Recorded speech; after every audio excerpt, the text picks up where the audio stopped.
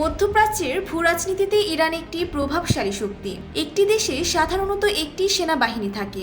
তবে কেন ইরানের দুটি সেনাবাহিনী? এই দুটি বাহিনী আবার অসংখ্য ভাগে বিভক্ত।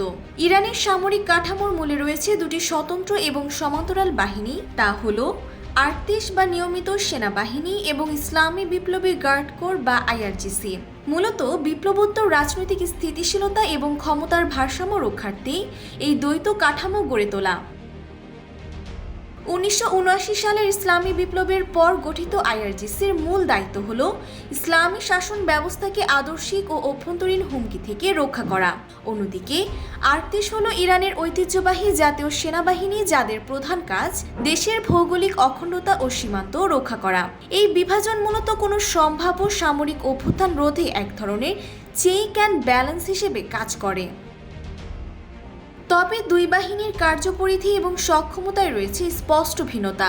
আইআরজিসি, যা একটি মাল্টিটাস্কিং বাহিনী, এর অধীনে থাকা কুদস ফোর্স বিদেশের মাটিতে বিশেষ অপারেশন এবং আঞ্চলিক মিত্রদের সহায়তা দেয়। এছাড়া ইরানের শক্তিশালী ক্ষেপণাস্ত্র কর্মসূচি, ড্রোন প্রযুক্তি এবং বিশাল আধা সামরিক বাহিনী বাসিজ এদের প্রধান শক্তি। একই সাথে দেশের বড় অর্থনৈতিক খাতগুলো আইআরজিসির নিয়ন্ত্রণে। অন্যদিকে প্রথাগত যুদ্ধের ময়দানে আর্তেশ অত্যন্ত দক্ষ।